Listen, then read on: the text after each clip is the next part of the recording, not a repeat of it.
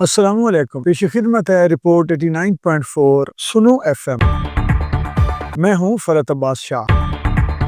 برطانیہ میں شاہی بین الاقوامی فضائی نمائش RIAT 2025 میں شرکت کے لیے پاک فضائیہ کا دستہ رائل ایئر فورس بیس فیئرفورٹ پر اتر گیا۔ پاک فضائیہ کے جدید ترین JF-17 تھنڈر بلاک 3 لڑاکا طیاروں اور خصوصی آرٹسٹ قرینوں سے سجے C-130 ہرکولیس ٹرانسپورٹ طیارے نے طویل سفر کے دوران ایک اہم سنگ میل عبور کیا۔ پاک فضائیہ نے IL-78 ٹینکر کی مدد سے فضائی ایندھن بھرنے کا کامیاب آپریشن کیا، جو ملکی سرحدوں سے پرے پاک فضائیہ کی طویل فاصلے کی عملی صلاحیت اور عملے کی مہارت کا واضح ثبوت ہے۔ 4+ جنریشن کے یہ جدید ترین ملٹری لڑاکا طیارے، جنہیں EASA ریڈار اور طویل رینج BVR میزائل سے لیس کیا گیا ہے، پاک بھارت کشیدگی کے بعد سے اب تک جنگجو صلاحیتوں کے باعث عالمی سطح پر توجہ کا مرکز بنے ہوئے ہیں۔ نمائش میں ان کی آمد کا فضائی و دفاعی حلقوں میں بے چینی سے انتظار کیا جا رہا تھا۔